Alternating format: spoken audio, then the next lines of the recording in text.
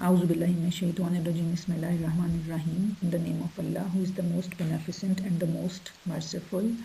Assalamu alaikum, my dear students.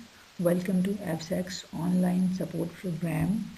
I will talk about this week's assignment for your literature class. As all of you know that you are reading the novel Swiss Family Robinson, and for this week we will deal with chapter number 2. So the objectives for this week is to read chapter number 2 or listen to the audio with the help of the CD that is provided along with the book.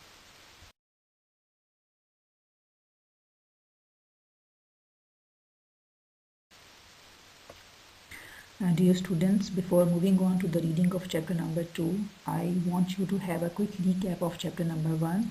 As you read in first chapter that Lieutenant Bell's ship was engulfed in a terrible storm, and for 3 days the ship was rocked around by those waves the size of the mountain.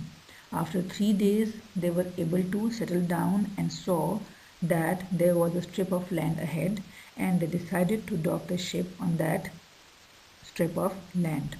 After anchoring the ship, Lieutenant Bell realized that they were not the first people on that island, because they found a tent with some clay pots and other things that were used by some people over there. While all this was happening, one of the crew members returned with a man who was wearing a European dress. That man was a Swiss pastor who was living on that island for 3 years. That man was shipwrecked along with his family, and they were living there for almost 3 years. That man handed him a diary saying that if something happened to him, this diary must be given to his brother who is living in Switzerland. After telling this, the Swiss pastor ran to tell his family the good news that there are another ship arrived over there and they might get saved by those people. So after the quick recap of chapter number 1, now come to this week's task. You people are supposed to read chapter number 2 or listen to the CD that is provided along with the book, and then you will underline all the difficult words and find their meanings. Besides that, you people are supposed to summarize chapter number 2 orally. This week you are not going to do any written work.